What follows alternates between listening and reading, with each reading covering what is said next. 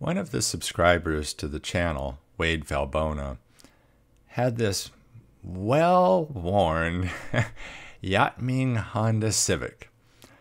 As you can see, it was well played with over its lifetime. I apologize for the turntable here. It's kind of like something out of the circus. I'm not sure what was going on with this thing, both at the start and end of this video. But anyhow, he sent this to me because he wanted to see what I could do with it in a Gaslands theme. And I was more than happy to take on the challenge because I knew I couldn't restore this thing.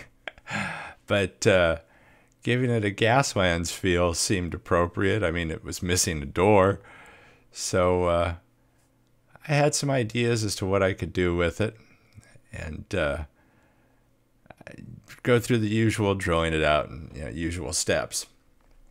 But I decided, like on a lot of these Gaslands builds, I don't want to strip the car because, these post-apocalyptic cars would have had paint at some point in time, and I'm obviously not going to be repainting them to make them look pretty.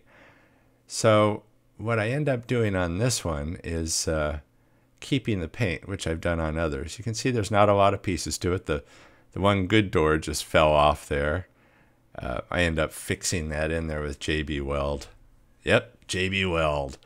So there you see the base. Again, it was a Yatming Honda Civic. Number 1072, if that means anything to anyone. So I had some ideas as to what I was going to do. I ended up using a self-tapping screw. The post, it had one post keeping it together, and that post was exceptionally small. And when the posts are really small, I like using self-tapping screws. They seem to work best in that situation. I don't have to worry as much about blowing the post out. So got that tapped, got the screw in there. I like keeping the screw on these when I'm working on it. So I thought first thing I was going to do was remove the tampos. I was going to leave the green paint, but I used the dry erase marker, which I've used several times before. Got those black tampos off of there, leaving that well-worn green paint, which seemed like the perfect base to work with. As usual, this takes a little while, and eventually it comes off. You just need to be patient and work it. The paint was pretty bad on this, so as I was doing it, some other areas flaked off. So I knew that what I was going to do on this, I wanted to put two things. One, I wanted to put a tank or two tanks in the back seat, and this was going to be a big gun and a big smoke. It was the idea of this car. So I tried to put this 3D printed tank. I figured that would be the oil tank that would feed the smoker in the back. That would be, you'll see the grill I put on there later. But this interior on this Yatming, it was weird. It was exceptionally rubbery. I tried different things trying to get things to stick to it. I tried sanding it. I tried using different glues. I went from using the plastic weld there that generally works. In this case, it didn't at all. Went from that to using CA glue. That didn't work at all. And all I can figure is it was just too flexible. It had a really high rubber content to it. It's just a strange interior. But I kept trying. I kind of had a feel for where this was going to end up. I was hoping it wasn't going to end up stuck to the wall. But I kept trying. Kept beating my head against the wall. I didn't throw the interior at the wall. But no matter what I tried, I couldn't get that tank to stick, which made me pretty frustrated, so I set it aside. Decided to get back to work on the body. Yeah, you see, I started to pick it up there at the top left. I started to pick it up, bring it into the picture. It's like, nope, not going to do it. So got out the If I remember right, this was the Typhus Corrosion that I was using here. And I just start going over the paint. Going over the metal and the paint.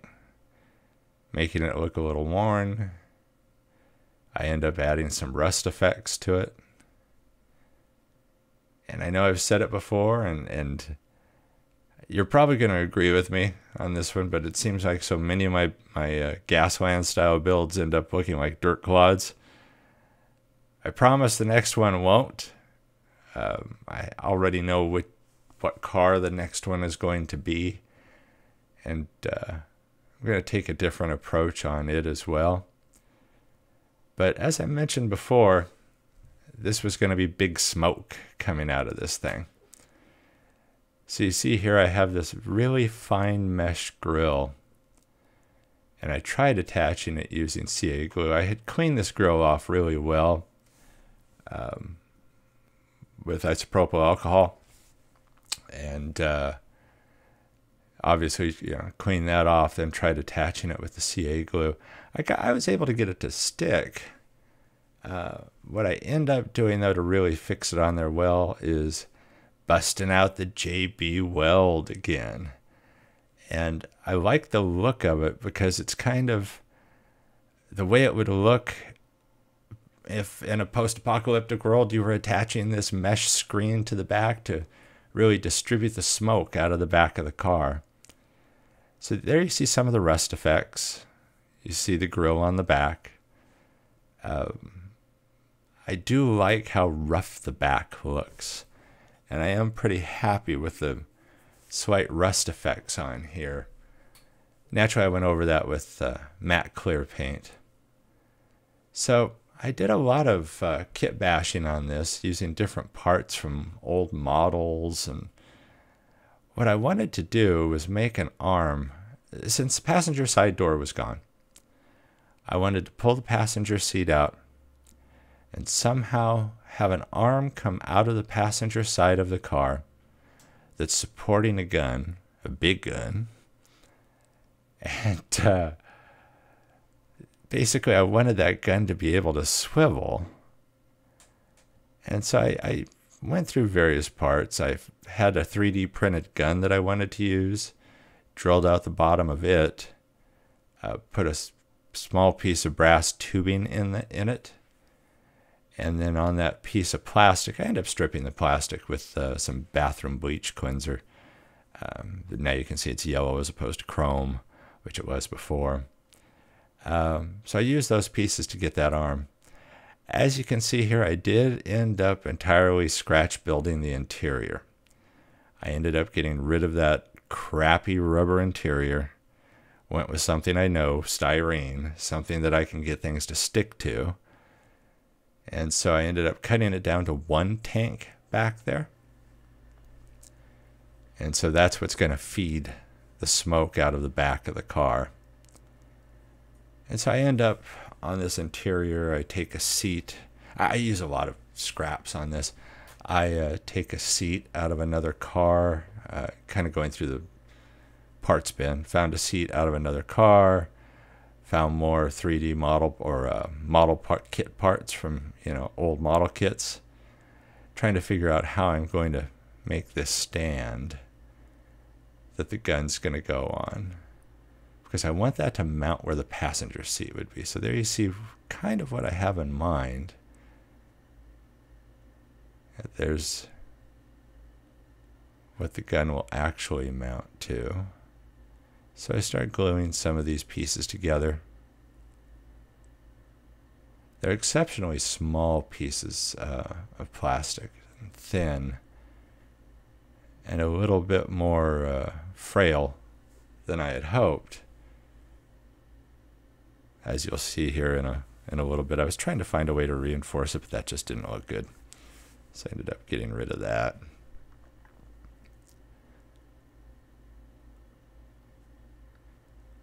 So that would be the base that then this would go on. You see the gun pushes onto that. Well, eventually it pushes onto that. And once it pushes onto that, then I mount it on that other piece. And you'll get a better look at it here in a little bit, but I just had to work these pieces to see how I wanted them. The one thing from the original interior that I kept ends up being the steering wheel.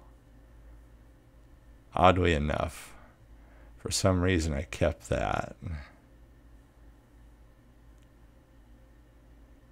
There you kind of see what I have planned for the gun. I'm trying to find a way to hold it so I can glue it. Really give it a good coating with the Plastistruct.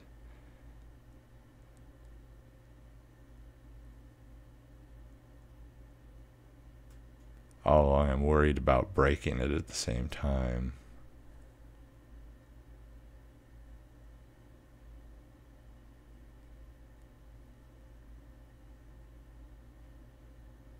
So there we go. I finally get it kind of where I want it.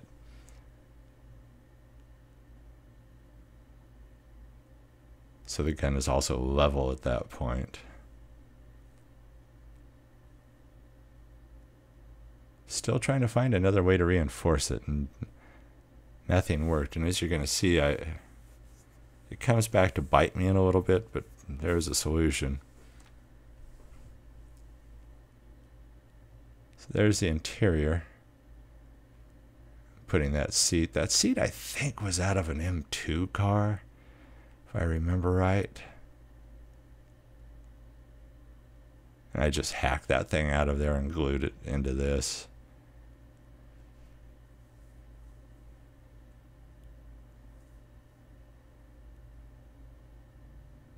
I was happy with the movement of the gun. So now it was time to glue that gun into the base as well.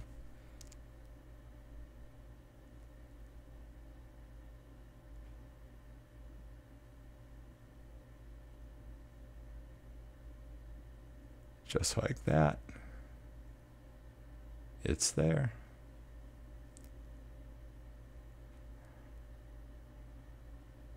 I did have a brain fart when I went to put this interior in. I had this stupid idea, like the whole thing, I could put the interior on the base, yeah, like here, and then, well, I'll just drop in. Now here's a better look at it. You kind of see the structure, the support for the gun, the tank, the steering wheel's in there. I ended up creating a little joystick. I don't know if you can see it there, but I created a joystick by the right-hand side of the seat, and that was to control the gun. Bust out the Sharpie pins, gave that tank some color. Obviously I sprayed matte black on the interior, and then I started to give that some color. Then now you see me reinforcing that gun because one little piece of it snapped. And so what I end up doing is, let's just call it a post-apocalyptic moose knuckle weld. I put a bunch of CA glue on there. I put some baking soda on it to give it some strength. And it is an ugly weld. It's not like a stack of dimes. It's a moose knuckle weld. That's the best way I can describe it.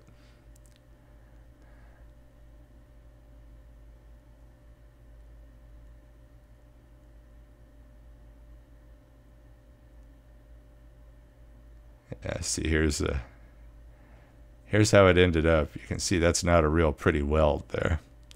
That's the interior. That's the tank that's going to feed the smoke. You can kind of see the little joystick in the center there to control the gun. Here's the gun. I used some weathering powder on the interior of the guns. Found these wheels in a scrap bin. Lord knows which Hot Wheels they came off of, but tore them off of something. Threw them on the base. They fit perfectly. Threw some 3D printed spikes. CA glued them onto the ends. I did not weather the base, but I did weather the tires and the wheels and the spikes. And then I wanted to make the spikes look a little rusty, so you'll see that coming up. The wheels that were on it originally, if you remember, I believe there was one missing and one that was beat to hell. one that was basically up inside the interior. So it definitely needed new wheels, and these wheels worked perfectly.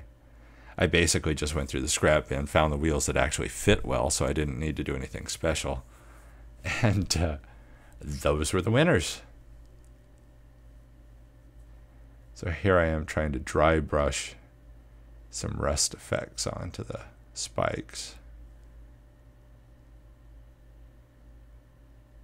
I need to practice this a little bit more.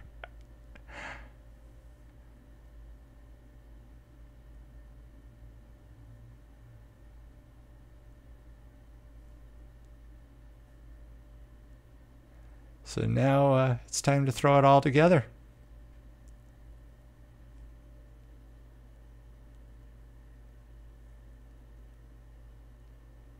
So the interior actually fits pretty well. For a little quickie scratch built interior, I was happy with it. Pop the base on there. Again, it had the one set screw.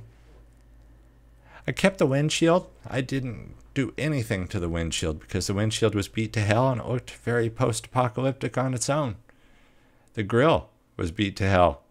Perfectly beat to hell, if you ask me. So I didn't do anything with that. I take that back. I might have thrown a little Nuln Oil in one spot on it, but otherwise it didn't need anything. And now it's time to throw the gun on there. I tried to fit the gun and everything through the door earlier on, and it was like, what are you thinking? It's all not going to fit. As you can see, the gun moves. It rolls pretty well.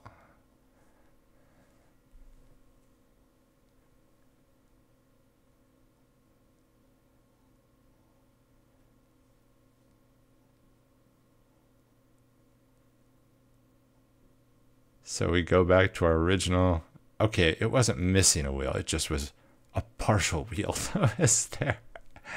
That's our original Yatming Honda Civic on its little circus ride on the turntable.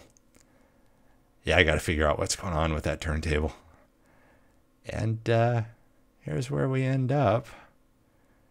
In the Gaslands style, big gun, big smoke. There you get a better look at the smoke screen in the back.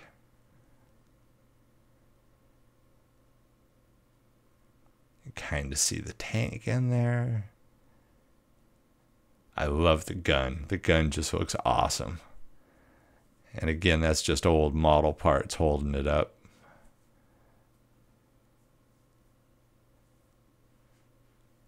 I also like the fact that the gun can be moved. So you can turn it wherever you want. And it's ready to hit the road. Take out anything in front of it. Leave everything behind it in the smoke. Hope you like this build.